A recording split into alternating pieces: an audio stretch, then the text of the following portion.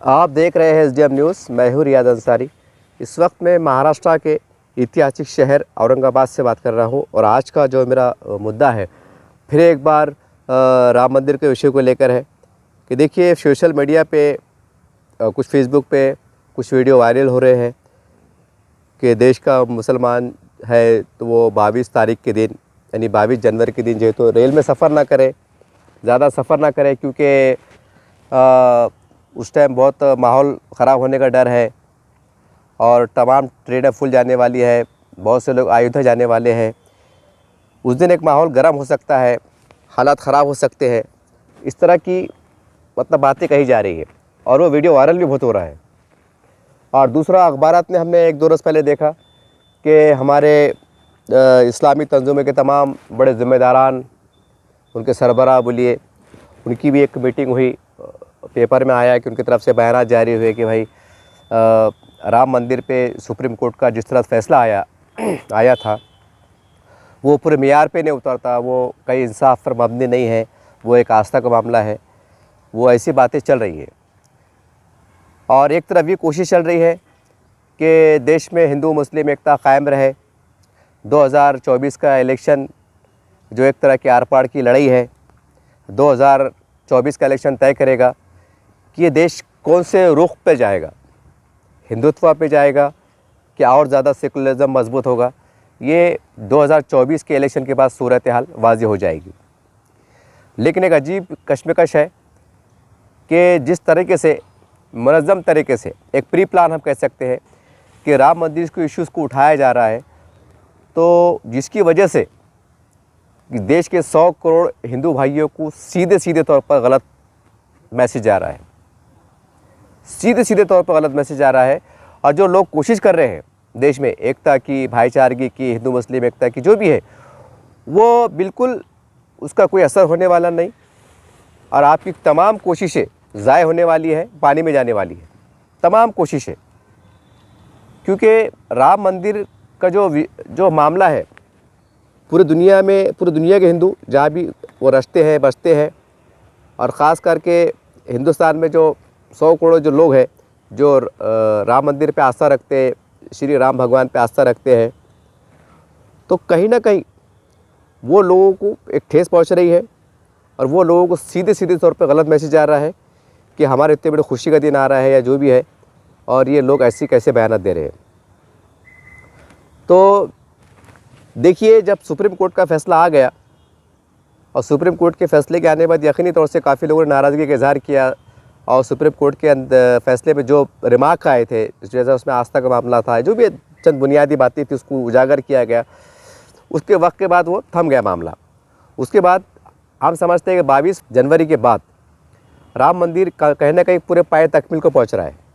बचा कुचा काम आने वाले चंद महीने में शायद मुकम्मल हो जाएगा, यानी भव्य राम मंदिर का निर्माण हो चुका और 22 जनवरी को श्री नरेंद्र मोदी प्रधानमंत्री जी के हाथों उसका एक शुभारंभ भी होने जा रहा है। अब सवाल ये है कि अगर आप कितने भी बोले कि फ़ैसला सही था, गलत था, आस्था पे था, ये था, वो था, तो अब आपके इस तरह की बातों से क्या होने वाला है? क्या सुप्रीम कोर्ट अपना फ़ैसला बदलने वाला है? क्या राम मंदिर का रुक जाने वाला है? तो ये बहुत एक हिसास मसला है, ये हिसास मसला है। मैं क्योंकि आप बहुत ज़िम्मेदार है इस्लामी तंज़ुमे के, बहुत बड़े बड़े आपकी नज़र माशाल्लाह काफ़ी दूर अंदेश रहती है और आप जी शेर रो होते हैं, बहुत सारी बातें हैं। लेकिन देखिए इस मामले पे आप लब कैसे करना, बस यूँ समझ लीजिए कि कहीं ना कहीं जो 25 करोड़ मुसलमान हैं वो उनके ऊपर एक नई हम परेशानी कह सकते हैं, मुसीबत कह सकते हैं, वो आ सकती है। क्योंकि अक्सर जो लोग बड़े बड़े बयानात देते हैं, लीडर बोलिए या जो भी है, ये इनका कुछ जाता नहीं है, इनका कुछ भी जाता नहीं है। जो मुसीबतें आती हैं, बलाएँ आती हैं, जो ऊपर वाला ना करे, को नाहगानी आफत आती है, दंगे घड़ी आते हैं, फिसाद हो जाते हैं, तो ये जो गरीब मुसलमान होते हैं, झोपड़पट्टियों में रहते हैं, छोटे शहरों में रहते हैं, कस्बों में रहते हैं, देहातों में रहते हैं, उन पे मुसीबत आती है। तो इसके ऊपर अब बराए करम ब्रेक लगा दे तो ही ज़्यादा अच्छा है। क्योंकि अल्लाह रब्बुल आलमीन ने देखा, हिंदुस्तान के 25 करोड़ मुसलमानों को देखा, हर फ़र्द को देखा, हर आदमी के तड़प को देखा, हर आदमी की कोशिश को देखा। आपने हाई कोर्ट में लड़ाई लड़ा, आपने सुप्रीम कोर्ट में लड़ाई लड़ा, उसके वास्ते मतलब 60-70 सालों में कई तरह के पुरअमन आपने धरने एहतजाज दिए, निवेदन दिए, खामोश जुलूस निकाले, उसके ऊपर छोटे बड़े लेवल पे कई दंगे भी देखने को आए। ये सारी बातें हैं, यानी कि कुर्बानियाँ भी पेश हुई, जान की, माल की, जो भी है वक्त हालत से वो अखबारों में दर्ज है, कैसे कैसे वाक़यात घटे थे। यानी कि हम कह सकते हैं कि हर मुसलमान ने अपने अपने तौर से, चाहे छोटा हो बड़ा हो, उन्हें जितनी उसकी कोशिश थी, जद्दोजहद थी, उन्हें कोशिश किया और आखिरी में जाके सुप्रीम कोर्ट का फैसला आया। यानी मुसलमान को ये नहीं कह सकता कि वह ऐसे ही बस फैसला आ गया, हमने कुछ करे नहीं। तमाम मुसलमान जो तंजीमें हैं, ज़िम्मेदारान हैं, वकील हैं, वकला हजरात हैं, सब मुबारकबाद के मुस्तहिक़ है कि आपने इस संविधान पे भरोसा करते हुए, क़ानून पे भरोसा करते हुए लड़ाई लड़ा। अब ये बात सही है कि जो भी उसमें जिस तरह के फैसले आए, जिस तरह के उसमें जुमले लिखे गए, वो कहीं ना कहीं एक तशवीश बात है, एक फ़िक्र वाली बात है। बात आपकी दुरुस्त है, लेकिन ऐसे हालात में कि जब 2024 का एक बड़ा इलेक्शन, यानी कि हम कह सकते हैं कि आर पार की लड़ाई होने वाली है, और ऐसे हालात में आपका ये कहना कि राम मंदिर के ऊपर बाज़ाब्ता उसके ऊपर जो तो सवाल खड़े करना, तो ये कोई भी तरह से हम समझते हैं कि इसमें कोई दानिशमंदी नहीं है। मैं माफ़ी के साथ कह रहा हूँ, क्योंकि आप बहुत बड़े लोग हैं, हम आपके सामने कुछ भी नहीं है, क्योंकि आपकी नज़र, आपकी सोच बड़ी आला होती है। हम आपका बड़े दिल से, गहराई से आपका एहतराम करते हैं, आपकी फ़िक्रों को, आपको जद्दोजहद को सलाम करते हैं, क्योंकि आपने हमेशा मुल्क की एकता, भाईचारे के लिए हमेशा कोशिश की है, वक्त दिया है, जानों का नजराना दिया है, बहुत बड़ी बात है। लेकिन अब राम मंदिर पे सवाल खड़े करना कि फैसला सही था, गलत था, तो ये बिल्कुल इसके बहुत गहरे और बुरे असरात मुरतब होने वाले हैं। क्योंकि आप कितने की बयानबाजी कर लो, कुछ होने वाला नहीं है। उल्टा 100 करोड़ जो हिंदू भाई है, उनको गलत मैसेज जाएगा। उनके दिल में जैसा कहने के हो सकते, एक नफ़रत कहिए, एक दूरियाँ कहिए, बदगुमानियाँ कहिए, गलत फहमियाँ कहिए, ये परवरिश पाएंगी और इसमें इजाफा होगा, और उसका नतीजा 2024 में देखने को मिलेंगे। लोग गुस्से में आके बोलो कि साला हमारा इतना बड़ा काम हो रहा, खुशी का दिन है यार, ये ऐसा कर रहे, वैसा कर रहे, उसमें वीडियो वायरल कर रहे कि भाई ट्रेन में सफ़र मत करो, ऐसा मत करो, इसको बुरा बोले, इसको अच्छा बोले। ये कोई मुनासिब बात नहीं है। हाँ, मैं बड़े अदब एहतराम से तमाम जो देश के ज़िम्मेदार हैं उनसे ये गुजारिश करूँगा कि आप मुत्तहिद होकर मुनज़्ज़म तरीके से इस बात का अहद करें और बिल्कुल हाई कोर्ट, सुप्रीम कोर्ट में डट जाए कि जो बाबरी मस्जिद छोड़ के अब जो दूसरे मसाजिद का नंबर आ रहा है, मथुरा है, काशी है, ज्ञानवापी है, तो भाई इसके ऊपर अब हम जो है तो कोई तरह की वो बर्दाश्त नहीं करेंगे। और जो क़ानून पास हो गया कि 1947 से पहले जो इबादतें जो जिस हाल में थी, जैसे थे वैसे, जैसा कोर्ट ने फैसला दिया था बाबरी मस्जिद के टाइम वक्त, तो उसको क़ायम रखा जाए। और इस बहाने से अब दोबारा मुल्क में कोई हिंदू मुस्लिम दंगे फ़साद ना हो और कोई तरह की फ़िरक़ा परस्ती का माहौल परवरिश ना पाए। इसके लिए आप बहुत ठोस जामे अंदाज से कोशिश कीजिए, बिल्कुल बहुत बड़ी बात है। लेकिन इसके ऊपर राम मंदिर पे सवाल उठा देना, खड़े करना, कहीं ना कहीं जो है तो ये एक बहुत ख़तरनाक ये मामला होने जा रहा है। और दूसरी बात ये है कि एक सवाल ये भी उठ रहे हैं कि भाई ये सरकार को इसमें इन्वॉल्व नहीं होना चाहिए। सरकार को इसमें इन्वॉल्व नहीं होना चाहिए कि भाई राम मंदिर, ये देश सेकुलर है, यहाँ का संविधान सेकुलर है, तो इस लिहाज से सरकार को, केंद्र सरकार हो या राज्य सरकार हो या जो भी बड़े नेता हो, इनको चाहिए कि वो इसको मतलब बढ़ावा ना दे, सरकार इसकी सरपरस्ती ना करे। ऐसे बयानात भी अखबारात में आ रहे हैं, सोशल मीडिया पे आ रहे हैं। तो देखिए ये बात में कोई दम नहीं है, ये कड़वा सच है। अब ये मानना पड़ेगा कि जब इतना बड़ा क़दम उठाया गया है और देश को ये कहीं ना कहीं हिंदू राष्ट्र की तरफ ले जाना चाहते हैं, जैसी कोशिशें हो रही है, जैसे बयानात आ रहे हैं, जिसमें एक सिविल कोड का मसला भी आ रहा है, सीए का मसला भी आ रहा है, बहुत सी बातें आ रही है। तो ये जो आपका ये भी कहना है, ये आप जो कह रहे हैं, ये पूरी तरह से गलत है। अब आप कहेंगे कि इस तक कैसे गलत हो सकता है, जबकि देश का ये संविधान है, सेकुलर है, सारी बात है। तो आपको दूसरा रुख भी देखना पड़ेगा। दूसरा रुख आपको ये देखना पड़ेगा कि तमाम देश के सिवाय मुसलमान नेता छोड़कर, चाहे वो किसी पार्टी का नेता हो, सेकुलर पार्टी हो, शिवसेना हो, भाजपा हो, जो भी हिंदू नेता है, उसको आप पूछेंगे कि 22 जनवरी को राम मंदिर के बारे में आपका क्या ख्याल है, तो वो अपने खुशी का इजहार करेगा। बहुत से लोगों को न्योता मिल गया, लोग वहाँ जाने की तैयारी में, बल्कि सही समय में पहुँच भी जाएंगे। और बहुत से लोगों ने जो जिनकी कोई राजनीतिक बात चल रही है उनका कहना है कि कोई बात नहीं, हमें न्योता मिला ना मिला कोई बात नहीं, लेकिन हम 22 तारीख के बाद जो है तो राम मंदिर जाके जो है तो राम भगवान के हम दर्शन करेंगे, मंदिर के दर्शन करेंगे, वहाँ पर जाएंगे। ये तमाम देश भर के लोग कह रहे हैं, मतलब जो छोटे बड़े नेता कह रहे हैं। और जब पूरे देश के नेता एक आवाज़ में, कोई दबे अल्फाज में कह रहा है, कोई खुल के कह रहा है, कोई अच्छे अंदाज से कह रहा है, कोई अलग अंदाज से कह रहा है, लेकिन कुल मिला के बात एक ही निकल के आ रही है कि वो राम मंदिर में जाने वाले हैं। अब जब तमाम देश के नेता की ये सोच बन गई हो, जब उनके आस्था का केंद्र है, जब वो एक बहुत बड़ा उनका मंदिर बन गया हो, हाँ वहाँ पर जो है तो बहुत बड़ा शुभारंभ होने जा रहा हो, तो ऐसे हालात में ये कहना कि सरकार की सरपरस्ती मतलब इसको नहीं होना चाहिए, तो ये बात भी पूरी तरह से गलत है, एकदम 100% गलत है। क्योंकि ये पहली बार नहीं हो रहा, देश आज़ाद होकर 75 साल हो रहे हैं। ये पहली घटना होती थी तो हम कह सकते थे कि हाँ ये नहीं होना चाहिए, देश में पहली बार हो रहा। सरकार जो है तो कोई मजहबी मामलात में आगे आ रही, पैसा दे रही है, खर्चा कर रही है, कोशिश कर रही है, उसको ऐड कर रही है, इश्तिहार कर रही है, उसके पे बयान दे रही, तो कह सकते थे कि भाई सही बात है 75 साल में पहली बार हो रहा। लेकिन हमारे जो बड़े जिम्मेदारान हैं, मैं बड़े बड़े अदब से उनको मुखातिब कहता हूँ कि देखिए पहली बार नहीं हुआ है। बड़े बड़े दिल्ली में कुंभ के मेले भरते, पता नहीं या महाराष्ट्र में होते, बड़े बड़े जो भी बड़े बड़े मनादिर है, वहाँ पर सरकार इंतज़ाम करती है, वहाँ पर श्रद्धालुओं के लिए सरकार अपनी तरफ से काविशें करती है, इंतज़ामात करती है, वो भी सरकारी सरपरस्ती हासिल रहती है। ये आपको समझना पड़ेगा। ये पहली बार नहीं हो रहा है, ये पहली बार हरगिज़ नहीं हो रहा है।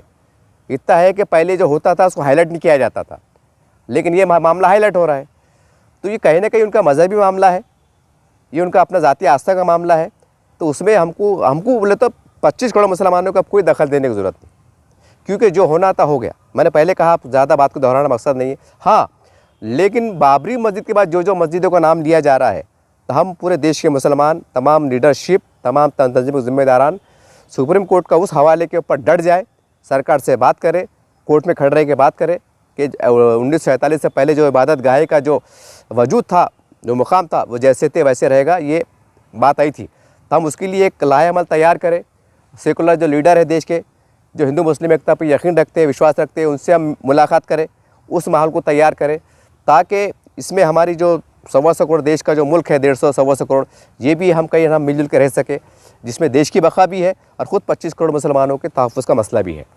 तो इसके ऊपर मैं समझता हूँ कि इसके ऊपर करना चाहिए, क्योंकि अब ये बहुत एक अजीब बात लग रही है, एक दीवानगी वाली बात लग रही है कि सुप्रीम कोर्ट का इतना बड़ा फैसला आ जाता है, इतने साल निकल जाते हैं, राम मंदिर का तामीर हो जाता है, सब हो जाता है, यानी 22 जनवरी का दिन आ रहा है, और उस टाइम आप कह रहे हैं कि ये फैसला गलत था। तो ये आप कहना क्या चाहते हैं कि राम मंदिर काम रोक देना चाहिए, कि वहाँ से उसको हटा देना चाहिए, कि दोबारा बाबरी मस्जिद बनना चाहिए?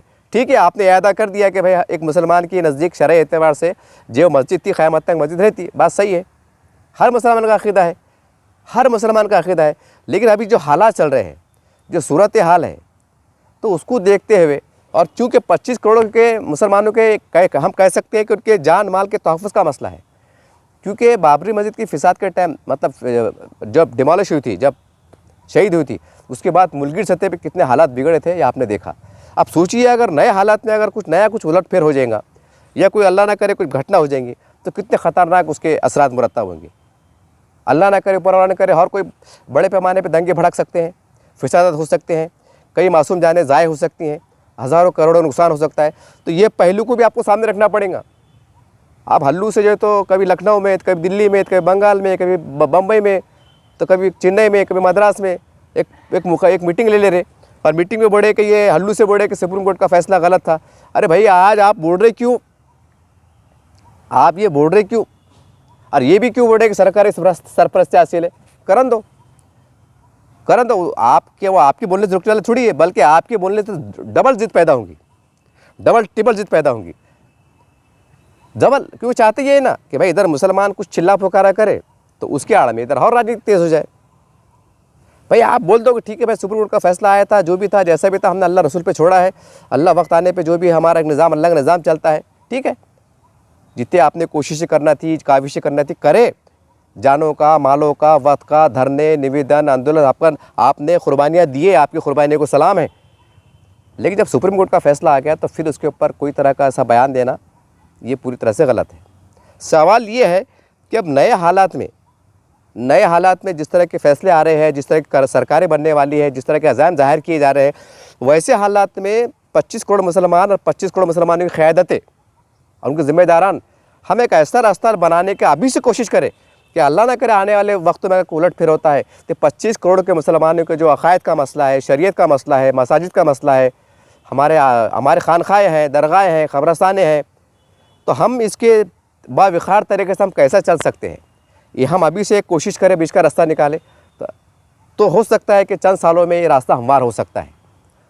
वरना याद रखिए, जिस तरह से हालात तेज़ी से आगे जा रहे हैं तो उसके अंदर आने वाला हर पल जो है तो एक तशवीश ज़दा है, फ़िक्र करने वाली बात है।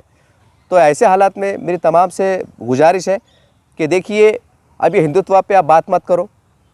केंद्र सरकार जो है तो राम मंदिर में खर्चा कर रही है, इन्वॉल्व हो रही है, इस पर बात मत करो, क्योंकि तमाम जो एमपीस है देश के, हिंदू एमपीस की बात कर रहा हूँ मैं, चाहे कोई भी पार्टी करो, हर एक के दिल में राम बसता है, हर कोई चाहता है कि मैं राम मंदिर जाके दर्शन करूँ। तो भाई जहाँ बहुमत के लोग ही जो है तो उसमें आमादा है, वो खुशी का इजहार कर रहे हैं, बढ़ चढ़ कर हिस्सा ले रहे हैं, तो बताइए ना, फिर ऐसे हालात में आपकी तरफ से इस तरह का बयान आना क्या मायने रखता है? कोई मायने रखता नहीं है। और नई बात नहीं है, कई धर्म के मतलब मेले है, जतरा है, कई ये है, सरकार मदद देती है और कोई हैरत की बात भी नहीं है, कोई हैरत की बात नहीं है। ये हैरत की बात होने नहीं चाहिए, बिल्कुल हैरत की बात नहीं होना चाहिए। अब पाकिस्तान की मिसाल ले लो, अब पाकिस्तान में बड़े बड़े मतलब वहाँ के जो क़दीम मसाजिद है बोलो या जो भी होंगे वहाँ के, तो जाहिर सी बात है पाकिस्तान की सरकार जो तो उनकी मदद करती होंगी तो कोई हैरत की बात नहीं है, इस्लामी राष्ट्र है। अब वहाँ के हिंदू मनाजिर को वो क्या देते क्या नहीं देते, अब ये सवाल उठ के आ रहा है। जैसा अखबार में छपता है कि वहाँ पर भाई जुल्म होता है, ये होता है, वो होता है, तो कहने के उसके असरात भी हमारे देश पे पड़े और उसका खिमियाजा यहाँ के 25 करोड़ मुसलमानों को उठाना पड़ता। पहले भी उठाए, आज भी उठा रहे और हमेशा उठाते रहेंगे। एक अजीब गरीब सूरत हाल बनी हुई है। तो बहरहाल ऐसे हालात में हिंदुत्व के ऊपर आलोचना करना, हिंदू राष्ट्र के ऊपर फ़िक्र इजहार करना, उस पर तनक़ीद करना, सरकार जो क़दम उठा रही है, राम मंदिर के वास्ते तक़रीबात मुनक़्क़द कर रही है, हज़ारों लाखों रुपए जो भी खर्च हो रहा है उसके ऊपर कुछ बोलना बताना, ये एक फजूल बात है, ये मुकम्मल तौर से गलत बात है। क्योंकि देश के जो 100 करोड़ हिंदू हैं उनको सीधा पैगाम ये जा रहा कि मुसलमान आज भी मतलब जो है तो मतलब आर पार की लड़ाई में बोलो, झगड़ा करने के मूड में बोलो, या हमारे अच्छे काम में अड़ंगा डाल रहे बोलो, हमारे खुशी का माहौल है, रंग में भंग कर रहे बोलो, ये तरह तरह के मैसेज आ रहे। अरे तरह के मैसेज आएंगे ना तो इसका पूरा जो आपके जो बयानात आ रहे हैं, जो एक्टिविटी हो रही ना, 2024 के जो इलेक्शन रहेगा, जब ठप्पा पड़ेगा तो उसका रिएक्शन वहाँ देखने को मिलेगा। आज जब रिएक्शन देखने को मिलेगा, फिर ऐसा कहा जा रहा है कि भाई बीजेपी की तरफ से कि हम 300 पार करेंगे। अब 300 पार कर दिए, 350 पार करें या 350 पार करें, और जब बहुमत में आ जाएंगे फिर बड़े बड़े फैसले लेंगे, तो फिर आप क्या करेंगे? सवाल ये है कि 25 करोड़ मुसलमान और बाबरी मस्जिद की बात की जो हमारी तारीख़ी मसाजिद है, क़ब्रिस्तान है, आशुर खाने है, हमारे खानखाएँ हैं, जो भी है, इसको हम एक प्री प्लान तरीके से एक मजबूत दिफाई अंदाज हम कैसा मतलब इख्तियार कर सकते, एक प्लेटफॉर्म कैसा हम बना सकते और सरकार से बातचीत मुज़ाकरात कैसे कर सकते, ताकि आने वाले 2-5 सालों के अंदर देश कहीं भी जाए, मतलब एक जनहित के हिसाब से बोलो, मुत्तफ़िक़ से बोलो, बहुमत के साथ बोलो, जो भी फ़ैसला ले, फ़ैसला कितना सही हो कि गलत हो ये बात की बात है, लेकिन किसकी भी सरकार बने, किस तरह की सरकार बने, उस सरकार से हमारे ताल्लुकात कैसे रहे, वो सरकार हमारा कितना ख्याल करे, तो इसके लिए हमें अभी से हमको बातचीत करना पड़ेगी। और ये बातचीत में बहुत तकलीफ़ होंगी। ये बातचीत आसान नहीं है कि भाई आपने बैठ गए और उन्होंने हाउ बोल दिया, राजा बोल दिया, नहीं। तो ये बहुत मामला अजीब गरीब जा रहा है।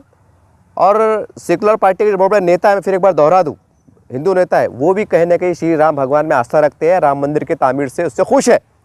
कई लोगों ने खुशी का इजहार भी किया है, कई लोगों ने उस नेता को कबूल भी किया है दावतनामे को, और कुछ लोग दबे कुचले में कह रहे हैं कि राजनीति को देखते हुए कि हम बाद में जाएंगे। यानी कुल मिला के सब लोग एक इकट्ठा है, एक जगह है। और ऐसे हालात में चंद लीडरों का, मुसलमान लीडर को उठ के खड़े रहना, ये चंद जिम्मेदार उठ के खड़े रहना, ये बोलना कि भाई राम मंदिर में ये नहीं होना चाहिए, फैसला गलत था, सही था, सरकार क्यों कर रही, नहीं करना चाहिए, ये हम कह सकते हैं कि इसके वजह से भी जो कट्टरवादी जो लोग हैं उनको एक मौका मिलेगा, वो आपकी बात को नोट करेंगे, आपकी बात को तोड़ मरोड़ के पेश कोशिश करेंगे। अब इसका खमियाजा 2024 में भुगतना पड़ेगा।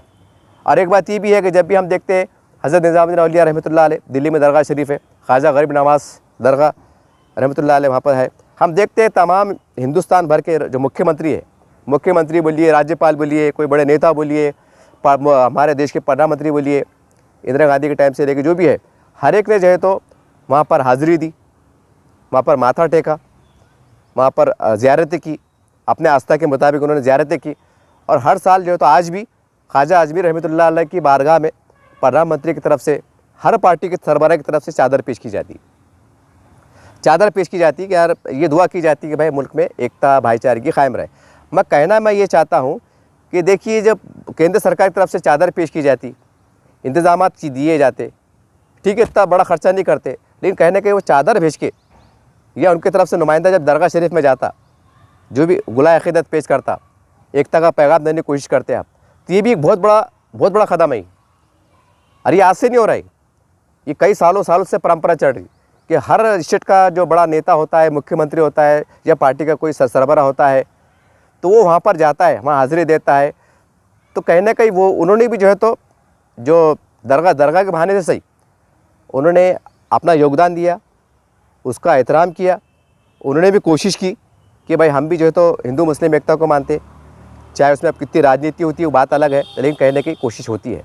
ऐसा नहीं है कि वो मतलब इसको मानते ही नहीं हैं या एहतराम नहीं करते हैं या आदर नहीं करते हैं, ऐसी बात बिल्कुल नहीं है। तो इसके ऊपर बहुत तवज्जो देने की ज़रूरत है। और दूसरी बात और आखिरी बात देखिए कि पूरे देश के अंदर आज भी कई सैकड़ों मस्जिदें आपको ऐसी मिल जाएंगी, सैकड़ों, पूरे देश की बात कर रहा मैं, जो आज वीरान पड़ी हुई है, जो आज वीरान है किसी वजह से, क्योंकि पाकिस्तान बना, बांग्लादेश बना, टूट फूट शिकार हुए, कई बस्तियां खाली हो गई, कई वो इत्तेफाक से फिर वो आबादी मुसलमान कम हो गई, कि ख़त्म हो गई, कि 10 भी घर रह गए यार, वो कई इत्तेफाक से पुरानी मस्जिदें थी उस ज़माने की आबादी के हिसाब से, वो आज भी कहीं ना कहीं वीरान पड़ी हुई। अखबार में हम पढ़ते हैं, छिटपुट घटनाएँ, ऐसा वाक़यात पढ़ने को मिलते हैं। तो सवाल ये है कि जो लोग आज मतलब राम मंदिर के ऊपर सवाल खड़े कर रहे हैं कि भाई गलत है, सही है, जो भी है, कोर्ट के फैसले पे सवाल खड़े कर रहे हैं, उनसे भी अदबन गुजारिश है कि उसकी बजाय आप पूरे देश भर में फैले हुए जितने हमारे वीरान मस्जिदें हैं, वीरान ख़बरस्तान हैं, वीरान आशुर खाने हैं, वीरान खानखाएँ हैं, तो उसके ऊपर उसकी बाजियाबी के लिए, उसकी बहाली के लिए, उसके तहफ़्फ़ुज़ के लिए आप इक़दाम करें। और इक़दाम ऐसे नहीं करें, युद्ध स्तर पर करें आप, क्योंकि हालात बहुत तेज़ी से करवट ले रहे, हालात बहुत तेज़ी से करवट ले रहे। अगर मैं महाराष्ट्र से बात कर रहा, मैं औरंगाबाद से बात कर रहा, तो अगर मैं किसी बाहर की मिसाल दे दूंगा तो मसले खड़े हो सकते हैं और शायद उसको भरोसा आएगा नहीं आएगा, लेकिन मैं औरंगाबाद की मिसाल दे रहा। और मेरे चैनल पे आज से 1 महीना पहले एक बंदे का इंटरव्यू हुई, मेरे ख्याल से शाहबाज कुछ नाम है वो लड़के का, उन्हें जो है तो 30 वीरान मस्जिद ढूंढ के निकाला।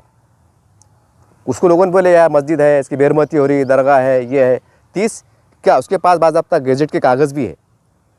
कुछ मस्जिद कमेटियाँ बनाने के बंदा वो लड़का कोशिश कर रहा, वो चैनल पे मेरे मौजूद है। औरंगाबाद की मिसाल बता रहा मैं, औरंगाबाद में कई है मस्जिद वीरान, मगर उसके ऊपर कोई कमेटी बनी हुई नहीं है, वो मस्जिद आबाद नहीं हो रही है। और औरंगाबाद के अंदर हज़ारों मुसलमान हैं, लेकिन फिर भी मस्जिद वो वीरान है। तो अब ये सवाल किसको बोलते हैं? क्या बाबरी मस्जिद और यहाँ जो औरंगाबाद वीरान मस्जिद पड़ी हुई है, क्या इसमें कोई फ़र्क है? कोई फ़र्क है कि वो मस्जिद का मर्तबा अलग है, ये मस्जिद का मर्तबा अलग, ऐसा कुछ है? नहीं। तो हमारी तमाम जो हमारे जमात इस्लामी हिंद है, जमीयत उलमा हिंद है, जमीयत अहले हदीस है, अहले सुन्नत जमात है, और जो भी हमारे तंजीम के ज़िम्मेदार है, इनसे मेरी गुजारिश है कि मैंने इसकी स्टडी किया, मैंने इसका सर्वे किया, एक बहुत बड़ी खामी निकल के आई। वो खामी मैं आपके सामने रखने जा रहा हूँ कि कई देहातों में कुछ दरगाहें हैं, उनकी कमेटियाँ नहीं है, कुछ ख़बरस्तान है, उसकी कमेटियाँ नहीं है, ये जो भी है वो क्यों नहीं है? क्योंकि वक्फ बोर्ड में जब इंदराज करने को वो बंदे ने भी बताया था कि अंसर साहब बोले 5 से 10 हज़ार रुपये लग जाते, बोले, उसका बयान है, मतलब उसकी बातचीत मैंने मुझसे इंटरव्यू किया। तो अब एक मोटा बता रहा मैं, 10 हज़ार रुपये खर्चा आ जाता, बोले यार ये कमेटी ये करो वो करो, पेपर में दो, ऐसा उसका कहना था। तो देहात में क्या होता है, जहाँ मस्जिद वीरान पड़ी हुई है, वो गाँव के लोग रहते हैं, गरीब लोग, रोज़ कमाते रोज़ खाते। अब उसके अंदर 7-8 लोग मिलना, कमेटी बनना, औरंगाबाद आना, फिर यहाँ पर काम होना, फिर 10 चक्कर काटने पड़ते, वो गरीब लोग रहते। तो उसमें क्या होता है, उस वजह से भी वीरान मस्जिद पड़ी हुई है। तो जो जमातों के ज़िम्मेदारान है ना, तो मेरी इनसे अब अपील है कि इसके ऊपर आप एक मुत्तफ़क़ तौर पे कमेटी बना लो, हर राज्य लेवल पर।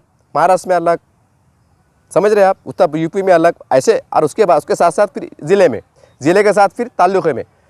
और वो जो सर्वे करो आप कि भाई जैसे कोई गांव में, शहर में वीरान मस्जिद पड़ी हुई है, तो जाहिर सी बात है, अगर वहाँ के मुसलमान गरीब है, हाथ मजदूर है, खर्चा नहीं कर सकते, वो लोगों से मुलाकात लो, उनको कमेटी बनाने में आप मदद करो आप। और जो 10-12 हज़ार, 20 हज़ार, 15 हज़ार खर्चा आ रहा, जो भी आ रहा, वो खर्चा आप बर्दाश्त करो। गांव के लोग अगर यहाँ मस्जिद के आसे आ रहे, तो उनको अपने पास जो भी आपके जो भी ऑफिस रहते हैं, कार्यालय रहते, बोलो जो भी है, उनके खाने का, उनके पीने का बंदोबस्त ठहरने का आप करो। मतलब हमारे पास आओ, हमारे होटल का बोलो, लॉज का बोलो, या किसके मकान पे बोलो, बोला आप यहाँ रुकिए, 7 लोग 11 लोग की कमेटी बनती ना, उनको यहाँ पर रुकाओ, उनके साथ वक्फ बोर्ड में जाओ, हमारे जो बड़े बड़े ज़िम्मेदारान हैं, वक्फ बोर्ड के ज़िम्मेदार, उनको फ़ोन लगाओ, बोलना साहब ये गाँव के लोग हैं, अभी कमेटी जो भी ताख़िर हो रही या जैसे भी मामला है, टेक्निकल वजूहत है, गैजेट का मसला है, तो बस वो बनाने में, 7-12 कराने में आप मदद करो। क्योंकि मेरा खुद का सर्वे है कि जैसा औरंगाबाद की मिसाल लो ना, वो एक लड़का, नौजवान लड़का, देखो उन्हें औरंगाबाद का, उन्हें उसके बाद गैजेट भी है, और कुछ मस्जिदों को उन्हें कोशिश कर रहा है, 30 मस्जिद की वो कोशिश कर रहा, और वो मस्जिद औरंगाबाद में है, शहर के अतराफ़ में है, शहर में है, और 30 मस्जिद है और वीरान है, और ख़दीम है, ख़दीम 150 साल, 200 साल, 300 साल पुरानी मस्जिद है। तो फिर अब इसके ऊपर क्या करेंगे?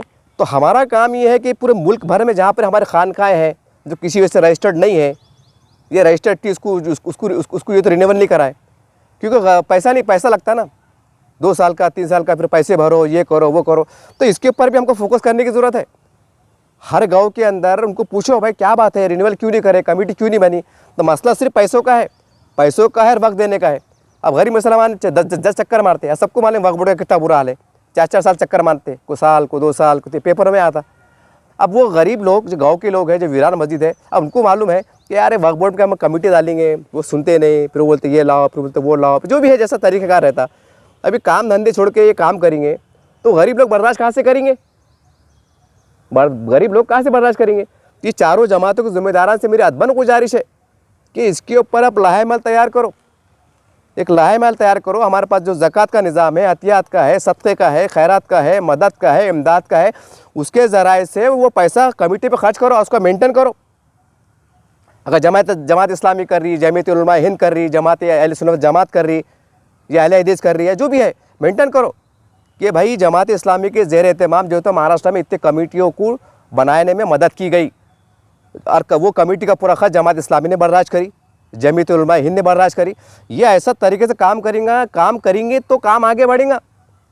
नहीं तो हो रहा क्या, वो पूरा अंधाधुंध कारोबार चल रहा है, बेचारे वो मुफलिस में रह रहे, वो गांव के लोग गरीब शरीफ रहते हैं, उनको ज़्यादा समझता नहीं। वो बोलते यार वक्फ बोर्ड में जाएंगे, किसके पास जाएंगे, फॉर्म कैसा मिलता है, कैसा भरना, वो वक्त में ढूंढना कैसा, ये सारे मसले कैसे।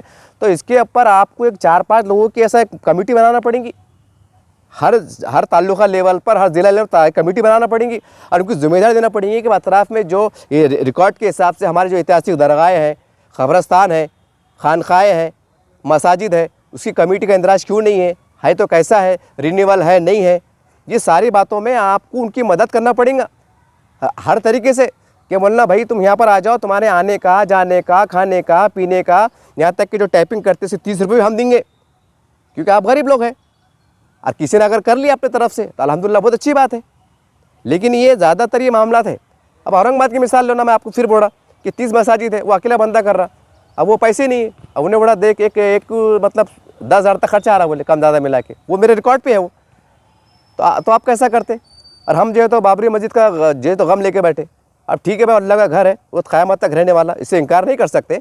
लेकिन सवाल ये है कि उसकी जैसी कई सैकड़ों का, हज़ारों की संख्या में अगर देश में ढूंढे, जैसे हम अखबार में पढ़ते कि यहाँ वीरान मस्जिद, वहाँ की लापरवाही हो रही, वहाँ वक्फ बोर्ड में ये चढ़ा वो चढ़ा, तो इसके ऊपर आपको काम करना पड़ेगा। बाबरी मस्जिद आपको पैगाम दे गई है कि मेरी जैसी जो वीरान सैकड़ों मस्जिदें पड़ी हुई है पूरे देश के अंदर, कई कम, कई ज़्यादा, कई इक्का दुक्का, तो उसको बाज़ाबियादी के लिए, उसकी बहाली के लिए, उसकी बका के लिए, उसके तहफ़्फ़ुज़ के लिए और कमेटी बनाने के लिए, ऐ मुसलमानों, ऐ मुस्लिम तंजीमों, मुस्लिम लीडरान, तुम काम करो।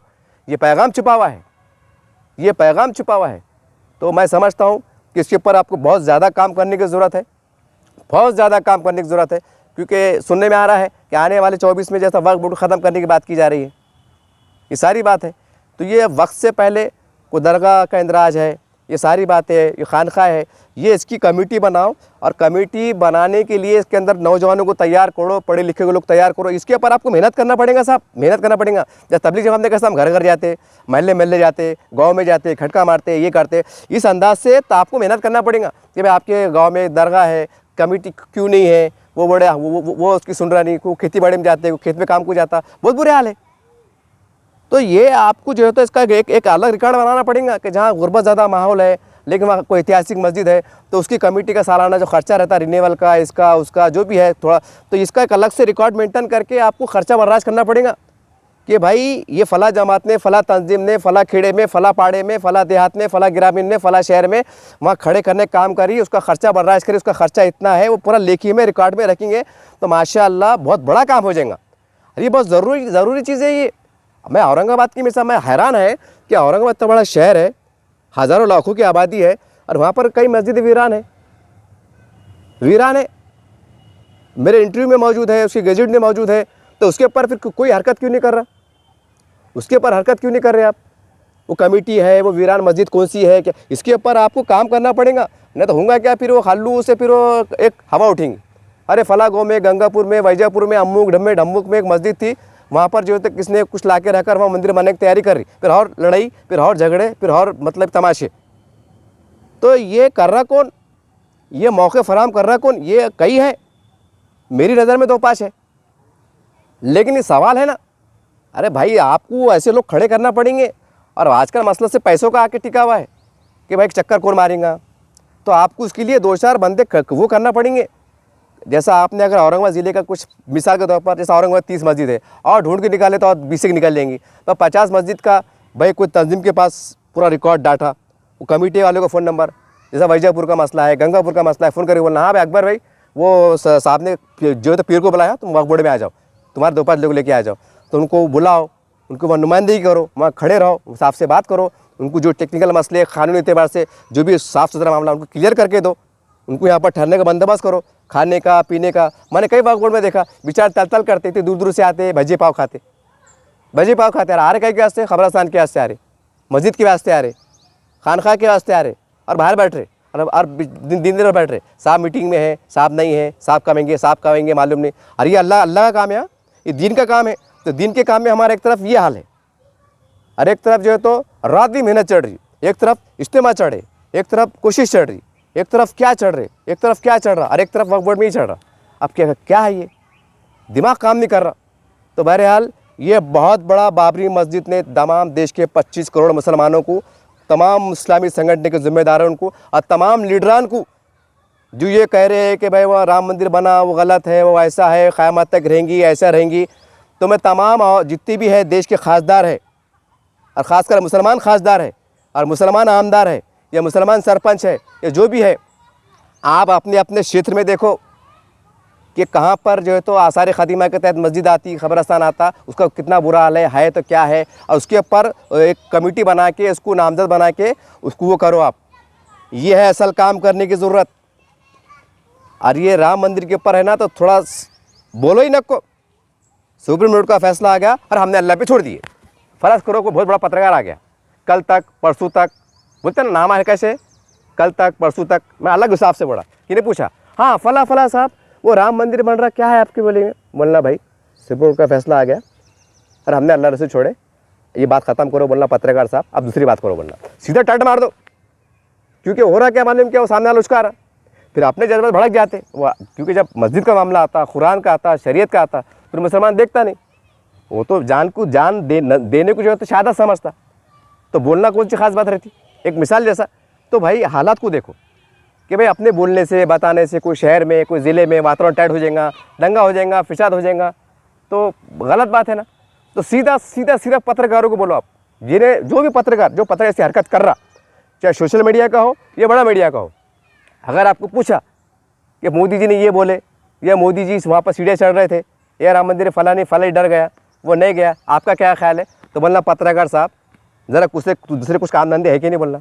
हाँ, अरे सुप्रीम कोर्ट का फैसला आ गया, बन गया, और उनको ये पूछो तुम यहाँ का मेरा इंटरव्यू ले रहे बोलना, तुम भी वहाँ जाके जाओ बोलना, मैं दर्शन में खड़े रहो बोलना जाके, सीधा ऐसा बोलो। कोई मुसलमान लीडर चाहे छोटा बड़ा हो उसके ऊपर कोई लपकशे ना करे, 2 बात करे बस। सुप्रीम कोर्ट का फैसला आ गया, हमने जितनी कोशिश करना था करी और हमने अल्लाह रसूल पे छोड़ा, द एंड। तो मैं समझता हूँ कि ये वक्त, ये अक्लमंदी का तकाजा है, जिसको ना दानिशमंदी, दूरअंदेशी, वो तकाजा है। उसके बाद गैर जरूरी बात करेंगे, नहीं तो हम तो छोड़ेंगे नहीं, हम तो पकड़ेंगे नहीं, हम तो ये करेंगे, हम तो वो करेंगे, तो होने वाला कुछ भी नहीं है। फिर देश के 100 करोड़ मुसलमानों का जो हिंदू है हमारे भाई, उनको लग रहा कि नहीं अब ये काम मोदी जी ने करे थे, मोदी जी को अपन को लाना है और ये करना है, फिर वो कहने के जो माहौल क्रिएट होगा। खैर मैं किसी पक्ष में खिलाफ में बात नहीं कर रहा, लेकिन मैं आपको बता रहा कि भाई उस बाबरी मस्जिद के बाद जितनी तारीख़ी मसाजिद है खबर, इसके ऊपर आप फोकस करो, कानूनी अंदाज से काम करो, डट के काम करो, कोर्ट में खड़े रहो, हाई कोर्ट में खड़े रहो, सुप्रीम कोर्ट में खड़े रहो और मुस्तैद होकर एक ठोस पैगाम दो। बस ये आज वक्त की ज़रूरत है। और हम समझते हैं कि दूसरे और भी मुसलमानों के मसले हैं, मसाइल है, उसके ऊपर ही फोकस करो। वक्फ बोर्ड के मसाइल है, उसके ऊपर ही फोकस करो कि भाई वक्फ बोर्ड के तहत कितनी मसाजिद आती, दरगाह आती, उसके फोकस करो। ये आपको काम करना पड़ेगा, ये आपको काम करना पड़ेगा। नहीं तो देश के अंदर कई वीरान मस्जिद पड़ी हुई है, वो लापरवाही का शिकार है, उसके ऊपर हमारी कोई लपकशी नहीं हो रही और हम ये लेके बैठे। तो सवाल फिर वही चाह रहा ना, तो ये मस्जिद नहीं है क्या? ये मस्जिद नहीं है। फिर मैं एक बार रिमाइंड के तौर पे दोहरा दे रहा, क्योंकि बार बार दोहराना भी ठीक नहीं लगता। पंचक्की के पीछे औरंगाबाद में वक्फ बोर्ड का कार्यालय महाराष्ट्र का, उसके ठीक पीछे यानी और वक्फ बोर्ड की नाक के नीचे वहाँ पर एक ऐतिहासिक मस्जिद का गजट में दर्ज है। उसका गए साल 1.25 साल पुराना वीडियो भी मेरे उसमें मौजूद है, वो कमेटी के जिम्मेदारान का बयान भी मौजूद है। मैं जब मस्जिद की शूटिंग कर रहा था, मतलब वो वहाँ पर बाज़ाब्ता गैजेट का बोर्ड भी लगा हुआ है, तो वहाँ पर डुक्कर घूम रहे थे, सुअर 1.25 साल पुराना वीडियो मेरे चैनल पे मौजूद है। पंचक्की के पीछे यानी कि वक्फ बोर्ड के नाक के नीचे। अब सवाल ये है भाई कि जब ऐतिहासिक मसाजिद का ये हाल है, तो फिर वक्फ बोर्ड के जिम्मेदार का काम क्या है फिर? अब अरे भाई जब कोई तारीख़ी मस्जिद का बुरा हाल हो रहा, उसकी बेरहमती हो रही, तो फिर वक्फ बोर्ड के जिम्मेदार जो भी है नीचे से लेकर वक्फ मंत्री तक, इनकी जवाबदारी है क्या फिर? वक्फ बोर्ड बनाने का मकसद क्या है? तुमको बिठाने का मकसद क्या है? उसके होते अगर खबरस्तान की बेरहमती हो रही, कहीं दीवार टूट गई, कहीं दरगाह की बेरहमती हो रही, तो फिर आपको बिठा के नहीं बिठा के मतलब क्या आ रहा? तकलीफ हो जाती ना, डबल तकलीफ हो जाती कि यार साला अपने लोग बैठे हुए और अपने लोगों बातें काम नहीं हो रहा। फिर दिन में क्या आता, उससे आदमी क्या बोलता जान दो, फिर यहाँ पर है ना देशमुख साहब, कुलकर्णी साहब, कामड़े साहब को बिठा देना CEO बोल के। एक दिल में रहता ना, जान दो यार अब क्या करते हैं, उनको थोड़ी मालूमात है। अब नीचे से ऊपर तक सब, और वक्फ बोर्ड कार्यालय के पीछे मस्जिद गैजेट में मौजूद, उसका वीडियो मेरे चैनल पे मौजूद, 1 साल पुराना वीडियो मौजूद, वहाँ पर सुअर घूम रहे मौजूद। तो अभी औरंगाबाद की जो जिम्मेदार हैं, मुसलमान सभी है, इसमें मैं भी आता, सब आते, तो हमारी कोई जवाबदारी नहीं क्या? हमारी जवाबदारी नहीं है ना? तो कहने का मतलब क्या है, बहुत से मसले हैं और हज़ारों सैकड़ों के मसले हैं, ये दरगाह है, मस्जिद है, इसके ऊपर आपको काम करना पड़ेगा। कमेटी बनी थी, क्यों नहीं बनी, क्या वजह है, क्या मसले हैं, क्या मसाइल है, उसके ऊपर आपको पैसा खर्चा करना पड़ेगा, वक्त देना पड़ेगा, वहाँ जाना पड़ेगा, सर्वे करना पड़ेगा, तो हालात काबू में आएंगे। और उसके लिए कानून मौजूद है, वक्फ बोर्ड का कानून मौजूद है, दीगर कानून भी बहुत अच्छे माशाल्लाह मौजूद है, मगर हमको काम करना पड़ेगा। न तो हम एक मस्जिद को लेकर बैठे और सैकड़ों मस्जिद मतलब जो है तो उनकी तबाही जो बर्बादी हो रही, और हम सामने कई मसले हैं। तो भाई इसके ऊपर आप काम कीजिए, और खुदा आपसे हाथ जोड़ के दरख्वास्त है, क्योंकि आप बहुत बड़े लोग हैं, बहुत दूरअंदेश लोग हैं, हम आपका बड़ा इकराम करते। लेकिन देखो ये बात कड़वा सच है कि आप राम मंदिर के ऊपर कोई तरह का स्टेटमेंट देना कि सुप्रीम कोर्ट का फैसला गलत था, सही था, ये कोई तरह से, कोई जाविये से, कोई निगाह से दानिशमंदी नहीं है। सरकार इसमें इन्वॉल्वमेंट क्यों हो रही, करन दो, बिल्कुल करन दो, बिल्कुल, उसमें कोई दो राय नहीं है। अरे भाई सरकार में वो है, हिंदुत्व में वो है, पूरे मेंबर ऑफ पार्लियामेंट की चाह है, वो मिलके वो कर रहे। और आज की बात नहीं ना, कई जतरा मेले में पैसा खर्चा करते ना, और वो लोग भी कहीं ना कहीं जो है तो हमारे दरगाहों पे आते, उर्सों में आते, दरगाह शरीफ में जाते, यहाँ शरीक होते ना। लाखों हिंदू हमारे भाई है, उसमें हर सिख भी आते, ये हर दरगाह शरीफ में आते। कोई साल में 1 बार आता, कोई 2 बार आता, कोई 3 बार आता, ज़ियारत करता, अपनी आस्था के मुताबिक वहाँ पर माथा टेकता, जो भी है उसका जो भी अपना तरीका होता है, वो आते ना हो, वो आज भी आते हैं, सदियों से आ रहे हो, यानी कहने के वो भी तो कहने के एक तरह का एकता का पैगाम दे रहे ना, एकता का पैगाम दे रहे, तो वो भी कहीं सोच रहे ना वो लोग कि यार साला हमारा सब हो गया, जैसा भी होगा हो गया, और ये इतना कट्टरता ले रहे, अरे रुपए में 12 ने काम हो गया, अब पाए तकमील को पहुँच रहा, और फिर खड़े कर रहे कि ऐसा क्यों हुआ और वैसा क्यों नहीं हुआ, ऐसा क्यों हुआ वैसा क्यों नहीं हुआ। असल हम इनको कितना मानते, हम अजमेर के उर्स में भी चल जा रहे, निज़ाम दरगाह के उर्स में भी चल जा रहे, फौलदाबाद के उर्स में भी चल जा रहे, वहाँ चादर भी चढ़ा रहे, शरीक भी हो रहे, हमारे आस्था के मुताबिक हमको जो भी उनसे प्यार है, प्रेम है, आस्था है, हिसाब से दान पुण्य भी कर रहे, आ रहे जो भी कर रहे, हम इतना मतलब मिलजुल के चढ़े, हमारा एक काम आप जैसा भी होगा वो अल्लाह देख रहा, तो फिर इसमें अड़ंगे क्यों दाड़े, तो उसमें हो रहा कुछ भी नहीं। जो बड़े बड़े लोग बयान दे रहे ना, अल्लाह ना करे अल्लाह ना करे अल्लाह ना करे, अगर हालत ख़राब हुए ना तो ये बड़े लोगों को नुकसान नहीं होता, बड़े लोगों को नुकसान नहीं होता ना, लीडर नुकसान। जो लीडर बयान दे रहे ना, धुएंधार भाषण दे रहे कि नहीं और ऐसा वैसा, ये इनका कुछ जाता नहीं, इनके ऑफिस की तोड़फोड़ होती नहीं, इनके बंगले पे हमले होते नहीं, इनके बाल को धक्का लगता नहीं, इनके जवान जवान बेटे को धक्का लगता नहीं, ये 50 लाख की कार पे घूमते, नुकसान गरीब का होता, जो खेड़े में रहता, चौराहे में रहता, बस्ती में रहता, मिलीजुली आबादी में रहता, नुकसान उसका होता।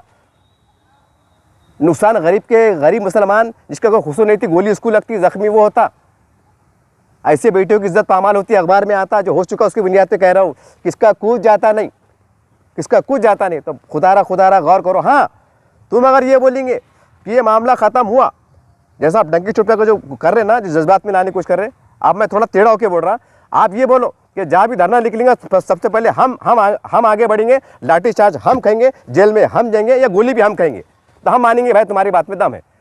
ये दूर बैठना, महलों में बैठना, दूर बैठ के मतलब बयानबाजी कर देना, उसके असरात जो तो खेड़े पाड़ों में आ रहे, वो बेचारे हमारे हिंदू भाई तैयारी कर रहे अयोध्या जाने की, उसमें ये बयान आ रहा, फिर वो जाहिर सी बात है रामू के बाजू, जो रामू रहता हमारा खेड़े के अंदर, उसके बाजू रहता रहीम भाई, तो रामू बड़ा क्यों रे रहीम, ये क्या रहा है तेरा, कौन सा मौलाना है, क्या बोल रहा, तो रहीम ने क्या बोलना, ये बोलना कि हमारे मौलाना साहब सही बोले। अरे उसको वहाँ रहना पड़ता है, उसके बेचारे मसाइल है 100 घर की आबादी, इसमें 10 घर मुसलमान के रहते हैं, ये सारी मसलों को आपको देखना पड़ेगा। हमें को डरने की, आप बोले बहुत से लोग बोलेंगे लपकार है क्या, डराने की बात नहीं भाई, ये देश बहुत बड़ा है, और फिर एक बार देश को संभालना, देश की अखंडता को लेकर चलना, कहने के हमारी पे डबल जिम्मेदारी आए हुई थी। ये हमको बहुत सब्र के साथ, तहम्मुल के साथ, खुदा पे कामिल यकीन रखते हुए, सब्र का घूंट पीते हुए हमको आगे चलना पड़ेगा। और इस मुल्क में, और हम कैसा सेकुलर हमारे हिंदू भाई है जो लीडरशिप है, उनको मुत्तहिद होकर हम कैसा आगे बढ़ सकते हैं, हमारे कैसे मसलों को हल कर सकते हैं, डेवलप कैसा हो सकते हैं, इसके ऊपर हमको फोकस करना पड़ेगा। और ये खाली मंदिर और मस्जिद, इसकी राजनीति से हमको बहुत एहतियात बरतना पड़ेगी। ये आपसे मेरी एक दर्दमंद अपील है, गुजारिश है। उम्मीद करते हैं कि आप इन तमाम बातों को बहुत सीरियस लेंगे और कुछ अच्छा करने की आप कोशिश करेंगे। जय हिंद, जय महाराष्ट्र।